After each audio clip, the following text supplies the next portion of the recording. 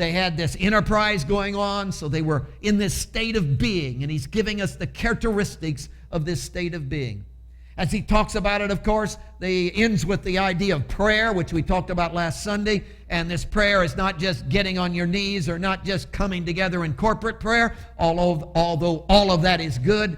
The prayer was this saturation, was this practicing his presence, was this living. What we're doing right now is prayer. We're praying all the time. It's the praying without ceasing. It's the living in his presence. It's the moving in his flow. It's the God awareness in your life where he literally is influencing and present and moving and involved in, and everything that's coming out of your mouth and all that's flowing in your being and your attitude and all of that is just so wrapped up in Jesus because he's come to actually live within you. That's awesome, isn't it? That you can live like that with God. Do you see how superior that is than just coming and meeting a God who's in the church and the Holy of Holies and doing some ceremonies and getting some money, this opportunity to become the temple of God where he actually comes to live within you and you know him and he becomes your best friend, never to be alone again. Awesome, awesome. And he begins to describe all of that. And it's then you come to verse 43 that we want to try to deal with. Then fear came upon every soul. Actually, the second Greek word in the text is the word translated then. It's the Greek word day. It's the word that's normally translated, and the majority of times it's translated but, the conjunction but. It sets up a contrast.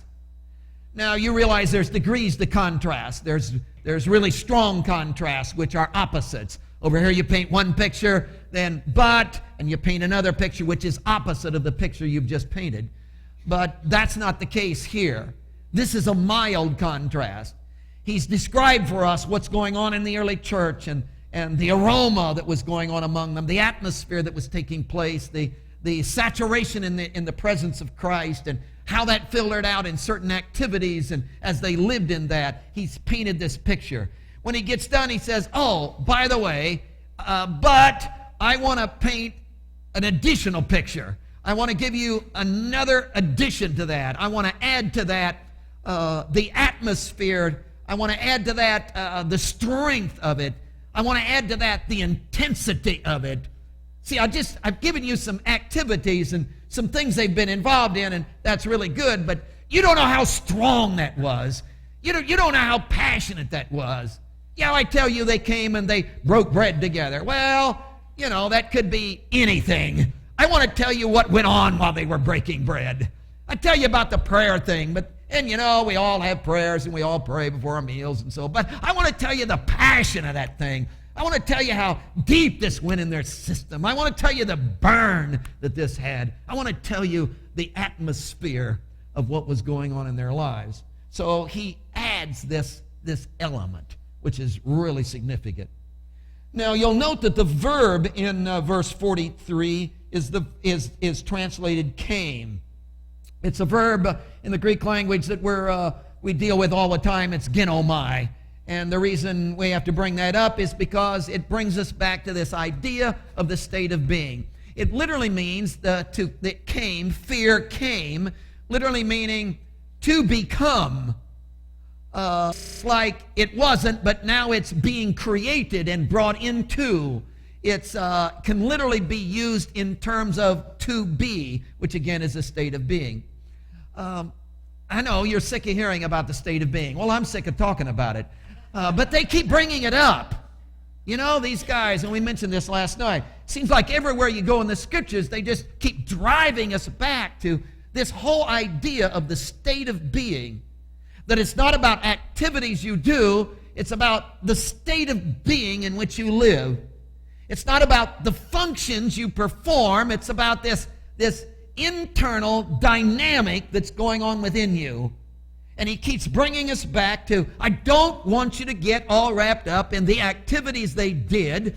I want you to get all wrapped up in the state of being in which they existed. What was going on inside of them that drove them. that gave them passion, that was their intimacy, that was, I want you to get all wrapped up in that kind of stuff, because it was Jesus indwelling them. Because you could do all the activities and never pull off the state of being, and you would be nowhere. We all understand that. This is about the state of being, which produces all the rest of this. And if you get the state of being, all the rest of this we've been talking about just kind of happens, and if it doesn't happen, it'll be okay too, because something else will happen, so that there's this whole flow of what's going on in this state of being. So he says, I want to bring you back to this state of being. Now, the Greek word for ginomai, which is to be, is in the imperfect tense, which is the idea of kept on. Babs told me last night it's the idea of habitual. In other words, you just do it so often that you can do it without thinking. You get into your car, you drive, you don't even think about driving, which is why you have the wrecks you have. But, let's not talk about that. So here you are, it's this habitual idea, this keeping on kind of thing. You've done it so much, you've been so into it, you're just in this state of being, and it just kept on and on and on and on. So this was not some kind of experience they had, or not some high moments down at the church. This was a continual state of existence and living, this state of being that they were in. It came. Now, if you're interested in who got in on this, he says in verse 43, then fear came upon every soul. Upon every is a translation of pas, which is the Greek word for all. So he's talking about all. Now, all here doesn't mean all. Well, it means all, but not all. In other words, it's not everybody in the world, that not all. It's not even everybody in Jerusalem. It's all in a select group. It would be like saying in this sanctuary, everybody in this sanctuary got this. All got this. Well, not everybody in town, obviously, and not everybody in the county, obviously, but everybody in this room. So it's the all in the limited sense, which is what's going on here. And that really becomes important as you get into the passage. He zeroes in on the fact that this is not just individuals, it's not just persons who got in on this.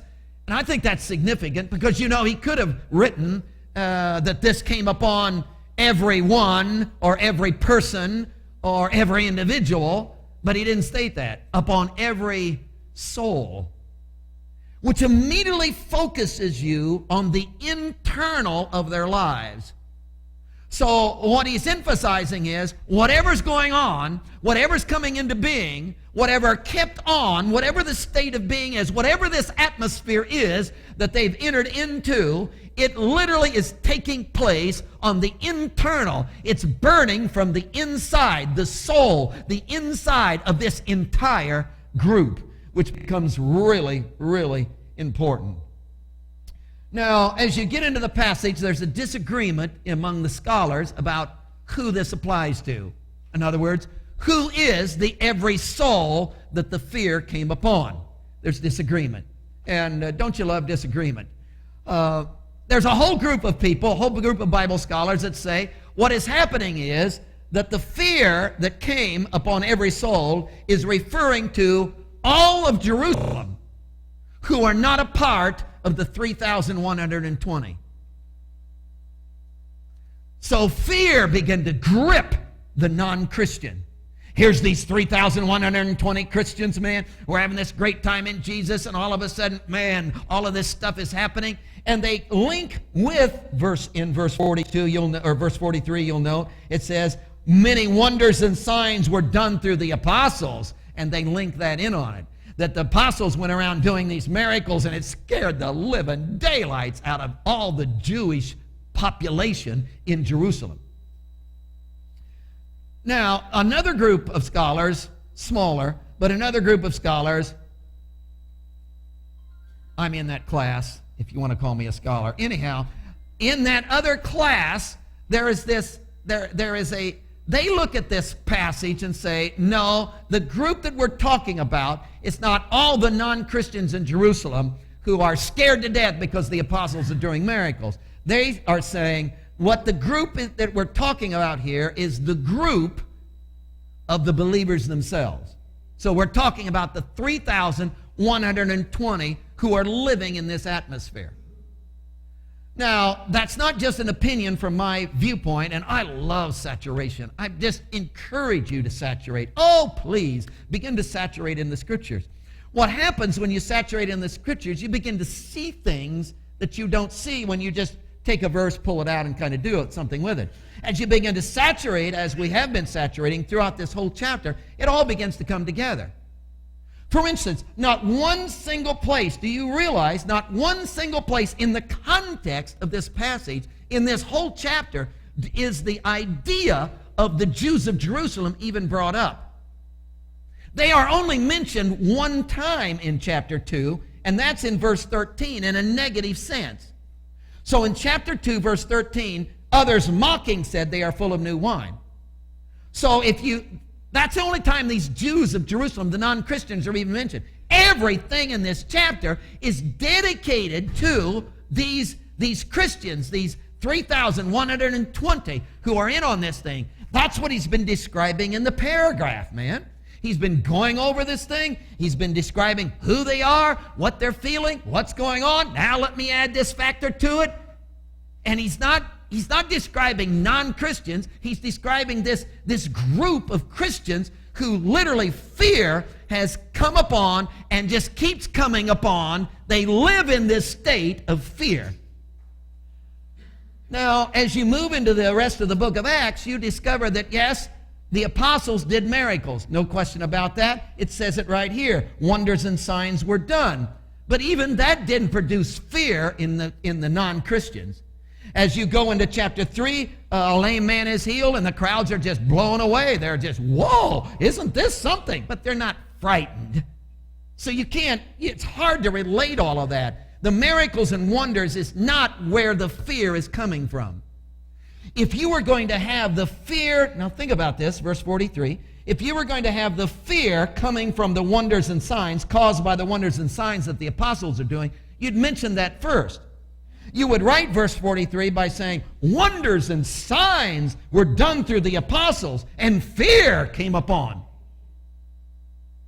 But see, in the verse, there's a separation going on between this fear that came upon the disciples, and then he says, oh, by the way, the apostles were doing wonders and signs. So the fear, the indication in the passage is the fear is not caused by the wonders and signs. That really isn't related to this fear. So that's really important as well. Now, the difficulty with the verse, I want you to zero in on this. The difficulty with the verse is the word fear. Do you realize that in the Old Testament, again and again and again and again, we are told to fear God? It's everywhere. A few places in the Old Testament, we are told to love God. But the majority of the emphasis in the Old Testament is fear.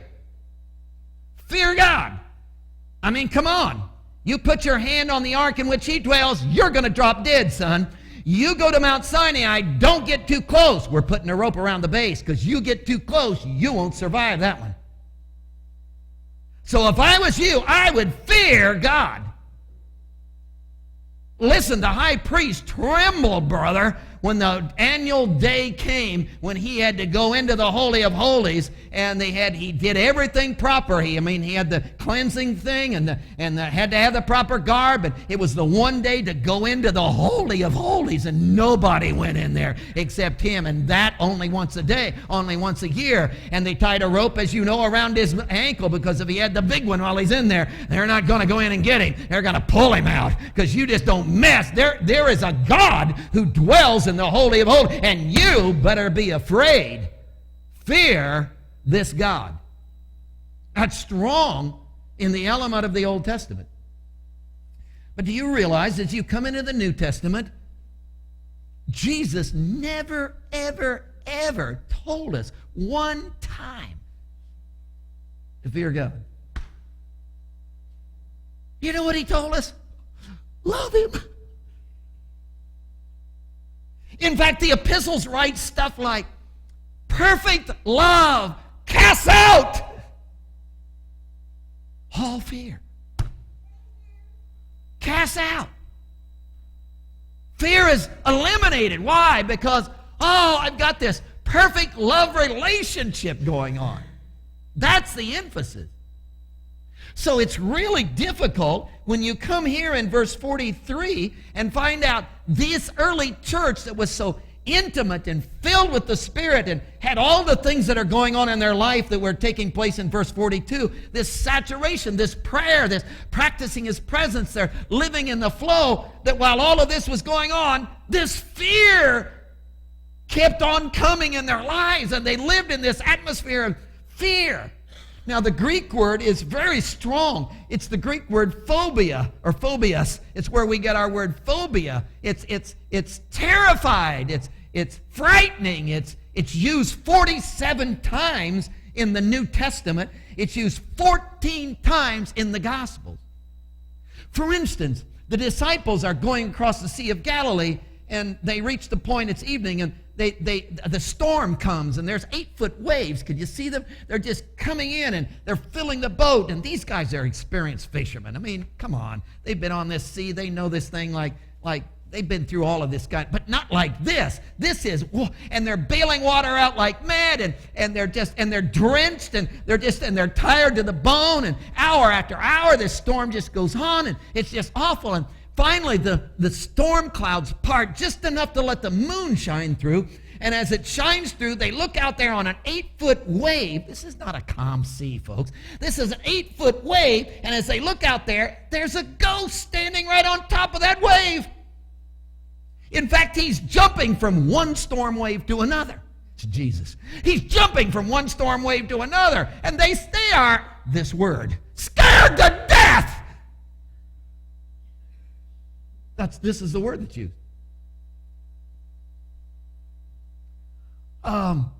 It's in the midnight, early morning hours, and the late hours of the night.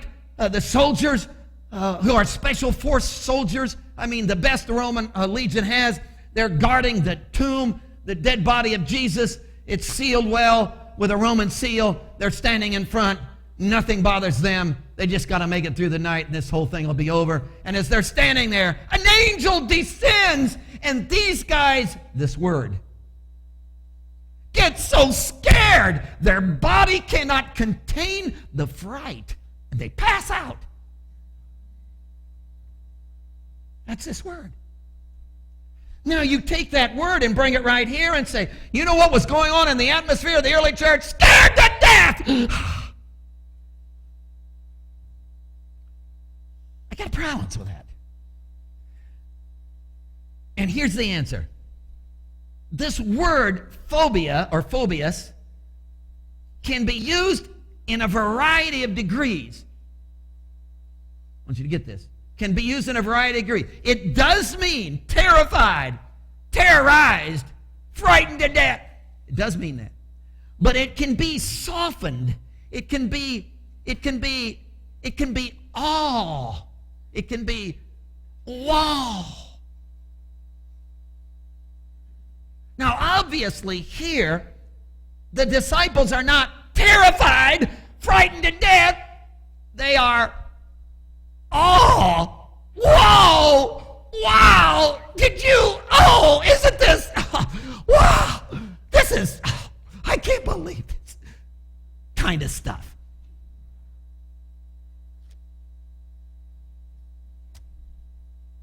That's what was going on. So what he's doing in the passage is what I want you to do. I want you to take the passion. I want you to take the exhilaration. I want you to take the thrust of, I'm scared to death. I want you to terrorize. I want you to take that passion, that burn, that emotion, that feeling, whatever you want to call that. I want you to take the atmosphere of that, and I want you to transfer it from scared to death, oh my, let's get out of here. I want you to take that and transfer it into, wow, isn't this something? Can you believe this? Can you believe what we got ourselves into? Can you believe what we're experiencing? Can you believe what God is? All my lifetime, I've never dreamed. This is so. I can hardly wait to get home and tell my family. Whoa! It's the same passion, but it has a different focus. We on track? So what's going on here is this.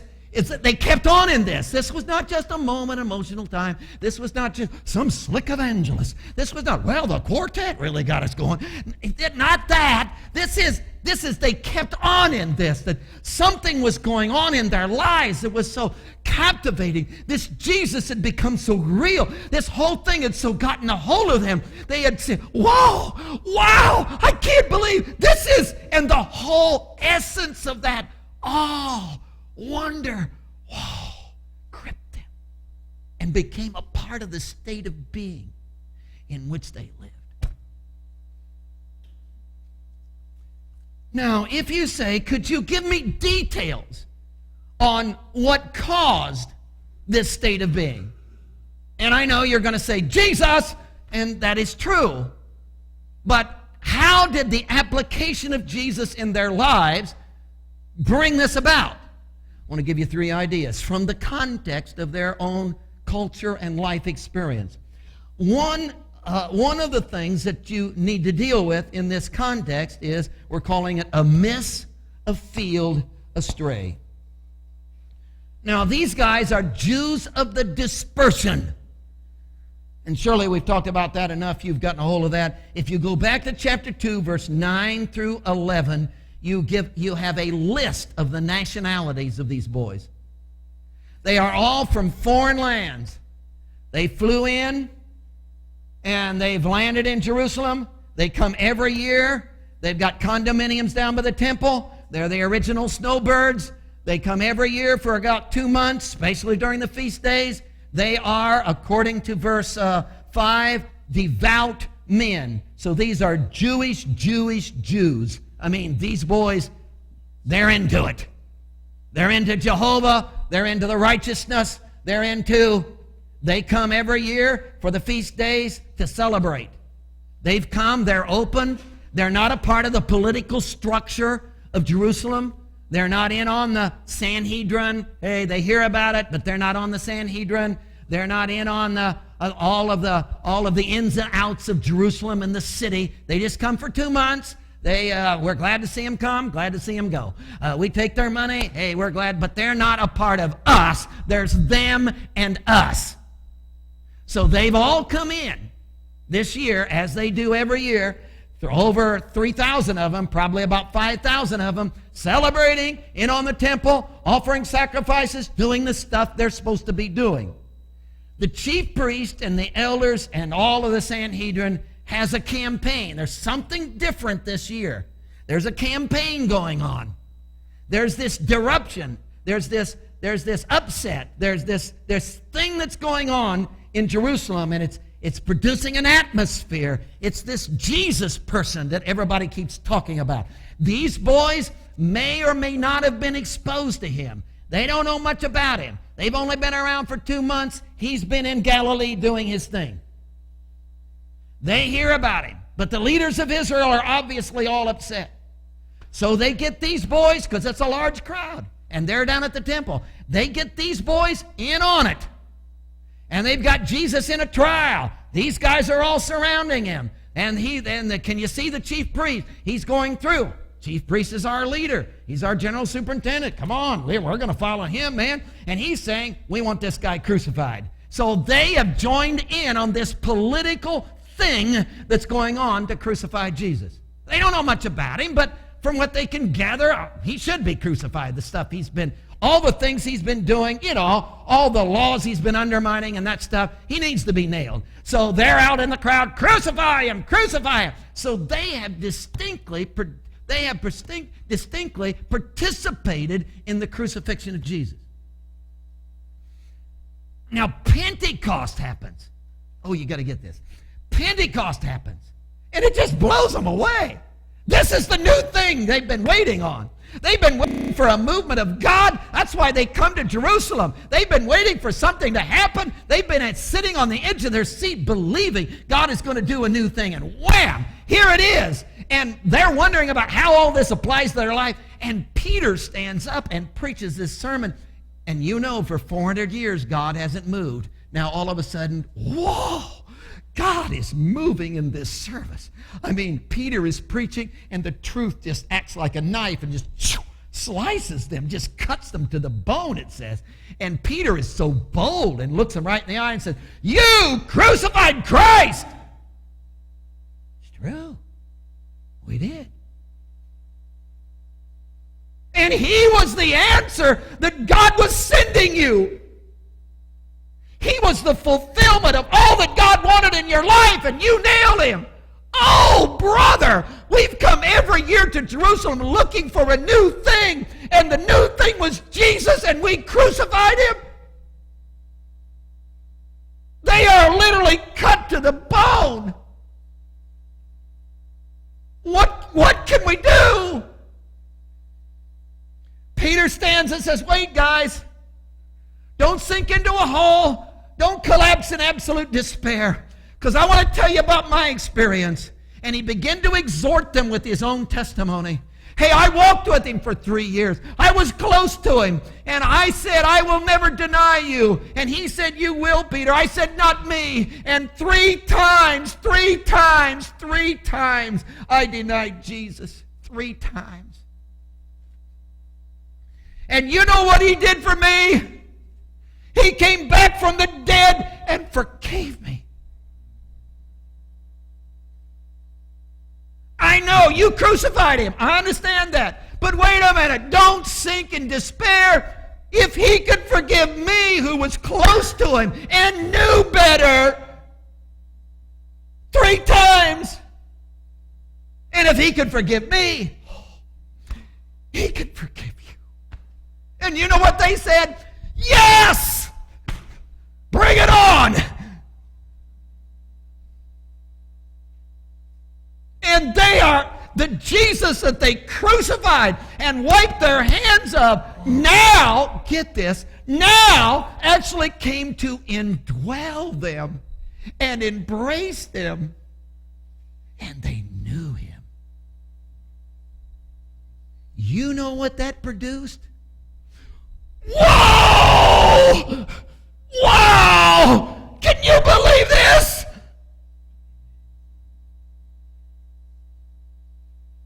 All these years we have been waiting for God to send the answer. He sent it, and we blew it big time and thought, "This is it." And he has forgiven us and embraced us and given us the essence of his presence. Oh, wow, whoa, will I ever get over this? You know what I'm going to do? I'm going to walk around the rest of my life saying, "Woo, I'm forgiven. Hallelujah, I'm forgiven." I mean, nothing can happen to me that will ever bring me fat on my face again. I've been forgiven. God has come. I'm indwelled. I've been embraced by, whoa, whoa, whoa. And they lived in that.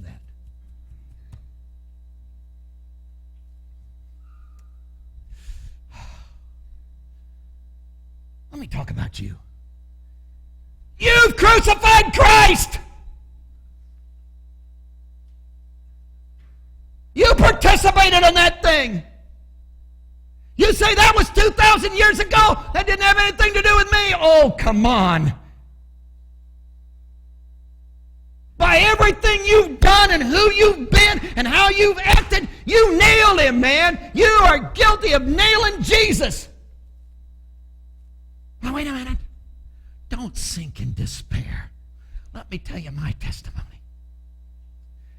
I was raised to know him. I was raised in a Christian home. I was raised knowing the truth. I was raised next to him. I knew better. And I still did it. Not 3 times, 4 times, 5 times, 6 times, 7 times, 8 times, 9 times, too many times to count. I nailed him. I knew better. And listen, you know what he did for me? He came and forgave me and embraced me and entered into the essence of my life and totally changed my being. And if he could do that for me, he can do that for, oh, wow, wow, how could I not? Oh, this is, woo!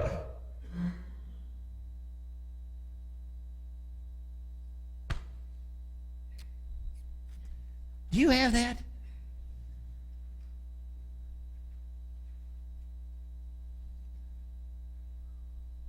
Well, Brother Manley, I'm not an emotional person.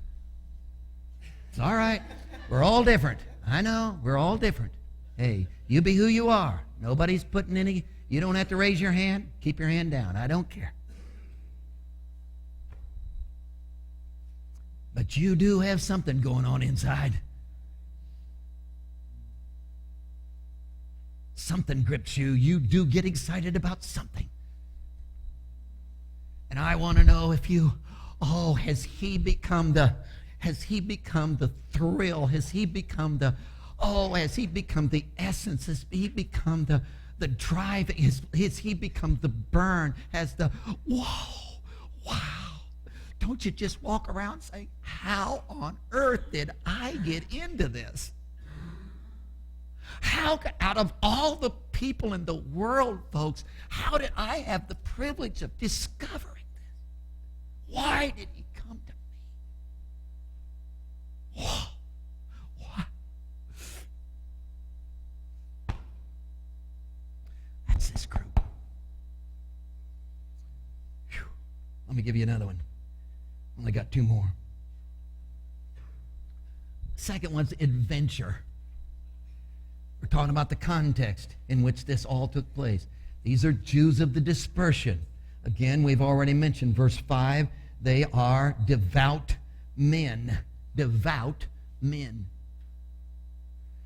They are men of tradition, men of heritage. They are men of ceremonies. The whole Old Testament is set up on that. Come on, ceremonies. It's Sunday morning. Oh, what do you do on Sunday morning? Well, you go to church. Bless God. So they came. Here they are. What do you do when you get to church? You offer a sacrifice lamb. We did it. You chant the prayer. We did it. You stand during the hymns. We did it. You sit down during the prayer. We did it.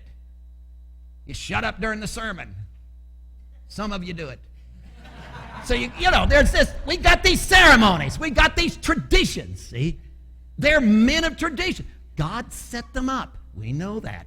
God set up all the traditions. We understand that, and we're not against them because they were instituted by God. So all of that's good, and they are in the ceremony. Well, what do these ceremonies mean? Well, why do we come to church on Sunday morning? Well, you come to worship. Did you worship? Well, raise my eyebrow. So you're supposed to, you feel better when you do it. You don't want to do it when you come, but you do it when you come and do it, you feel better. Because it's what you're supposed to do. See, they lived in that. You getting this? They lived in that. Now, can you imagine, at this very moment, Pentecost has happened, Peter has preached, and Jesus has come, who is the fulfillment of all tradition and all ceremony, has pointed directly to him. Do you understand that when Jesus, they opened their lives and the person of Jesus actually penetrated their flesh and came to indwell them and embrace them, and the fulfillment of every single ceremony suddenly became, it wasn't just going to church now. It wasn't just, bow your heads, let's pray. It wasn't just prayer now. It was, it was him. It was, wow, this is alive. It wasn't the communion thing. It wasn't just piece of bread, grape juice, okay, hey, and let's get on with it. It was, this means something. This, wow. And the ceremonies became life. And they began to live not in ceremonies and in traditions. They began to live in, whoa. And it wasn't, it's Sunday. What do you do on Sunday morning? Go to church. It was, I can hardly wait till next Sunday.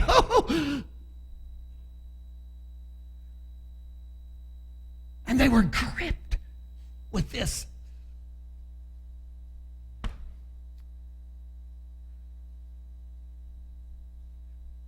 You have that? You live in that?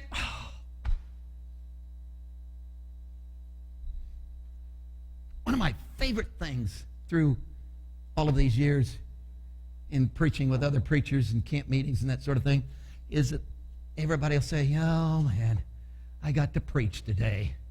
And I refuse to say those words.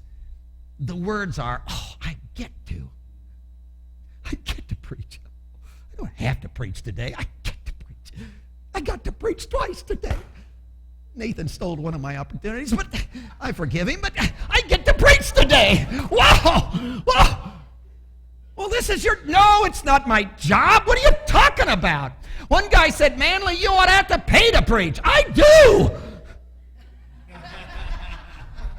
So, come on, get off of that one. This is, whoa, wow, woo, truth is so big, the opportunity. How did I get in on this? Isn't this, Jesus is so,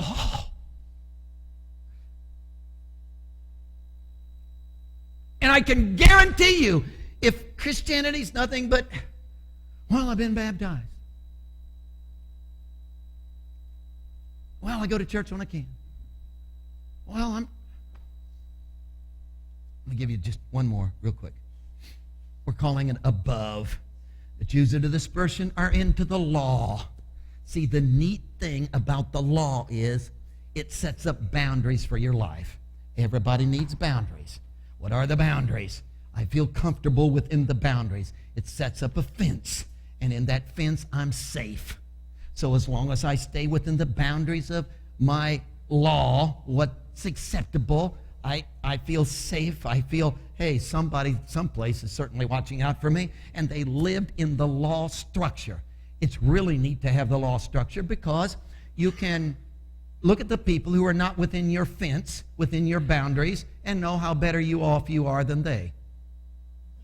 See, we can sit here this morning and talk about all the people who didn't come. My, what are they doing out there?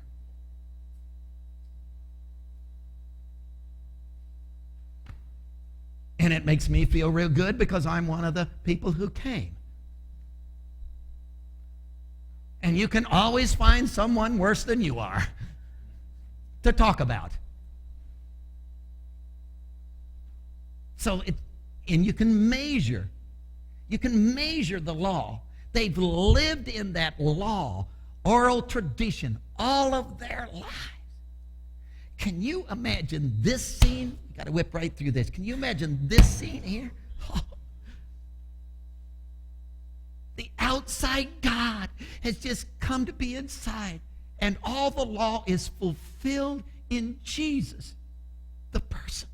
And in the embrace of his person, everything that they've been, all the fence that their reference point has shifted from law, duty, to the person himself. On top of that, do you understand? Sure you do. Do you know how difficult it's been in your life to maintain the level of decency you're supposed to have? That's tough. It wasn't too hard as a kid. My dad was bigger than I am, and in those days they could beat the living daylights out of you. So, man, it was easy to shape up. But then the laws got more complicated, and you're in high school, and then again you can't and stop, and then you're in college and you're on your own, and there's nobody, and you don't have to, and then, oh brother, and then you got, oh mercy, and then you got personal relationships, and you got the whole sexual drive, and you got all of these things that enter in. And do you know how difficult it is to maintain a standard of decency, and so you can hold your head up high and say, it's hard.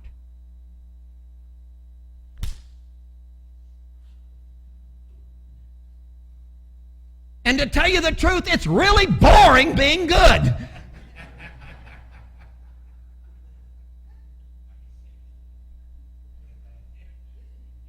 And you work at it, and you try hard, and you know you should, and I'm trying, but it's so hard, and you just, and your failures, and you do you know what it would be like, folks, To come to a moment when an outside God actually came inside and he began to source you and took you to a whole new level where it wasn't struggle, try, maintain some sense of decency so you could hold your head up high, where you could actually live on a whole new level. You could love like you can't love, be what you can't be, act like you can't act, and be startled at your own life because God is doing something in you that, whoa, wow, can you believe this? I'm loving the guy. How am I doing this?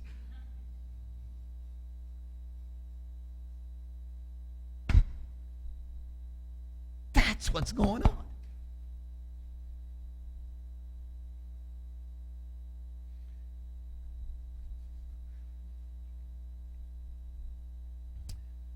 I've told you this before probably, but go to your next door neighbor, bang on his door, and say, listen, I want you to come down to our church. You know what he's going to say? No thanks. Aren't you looking for a place to go? No. If I got a night off, I'm staying home. But if you came down to our church, you could give your money. Well, that's going to encourage him. Oh, I can hardly wait to come. No, everybody's after my money, and I'm trying not to give. What are you talking about? He's not going to come. Bang on his door again. Say, listen, you could come down and join our praise group and sing. Be up front. People will applaud. He's not interested. That isn't his thing. He wasn't.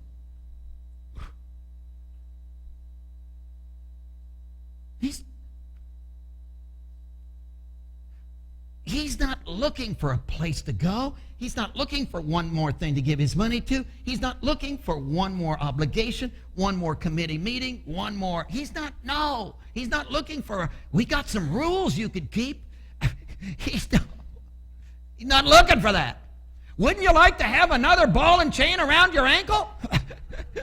No thanks, I've already got 5 of them now. See, he's not interested. But what if you could go to him and say, wow,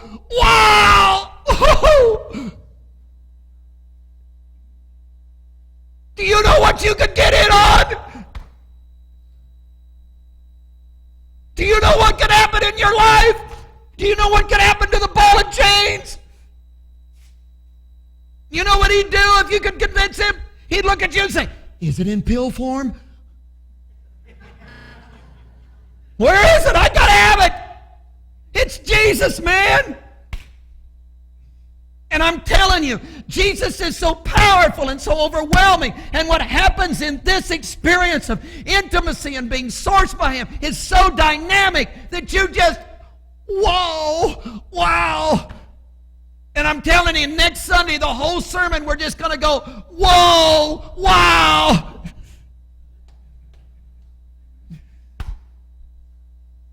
That's us.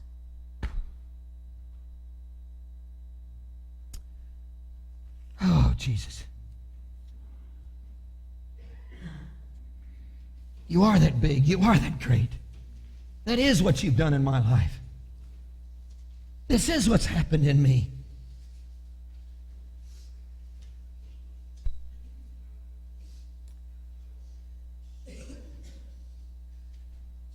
I was raised to know you. My family was saturated with it.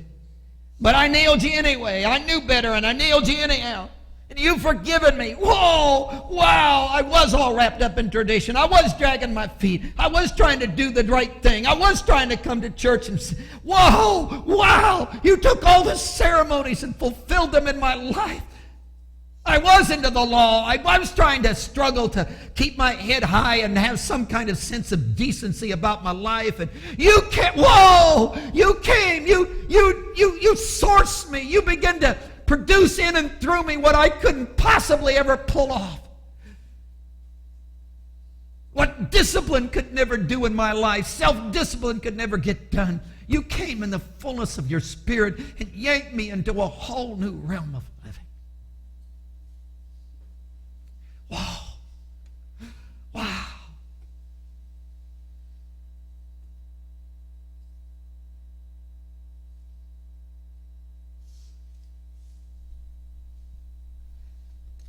Heads are bowed. I'm not asking you this morning to be excited. I'm not asking you this morning to be blown away. I'm not asking you this morning to try to maintain some high level of emotional outburst. I'm asking you this morning to embrace Him. Let Him embrace you.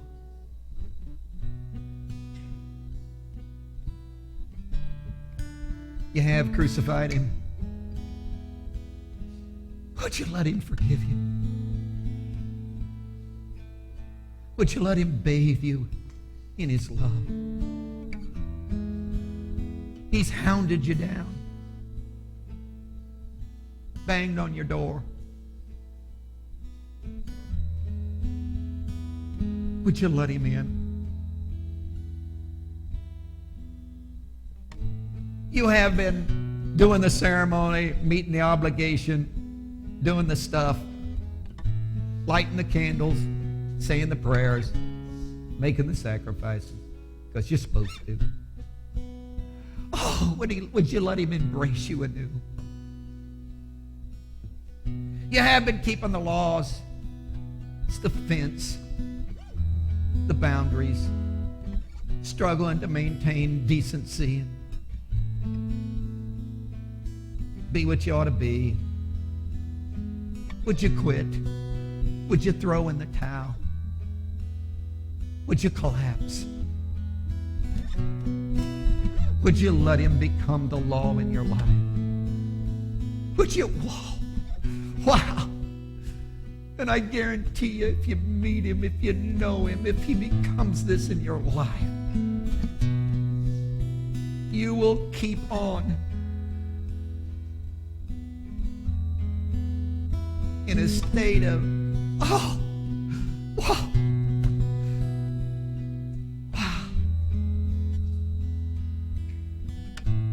No ball and chain. A release into all He wants you to be.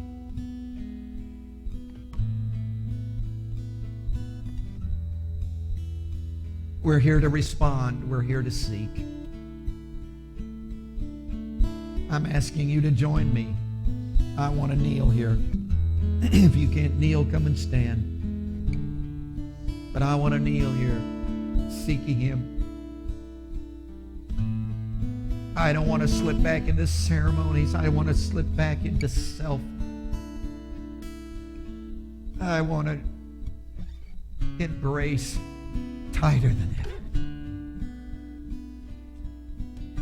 ever. As He speaks to you, be obedient.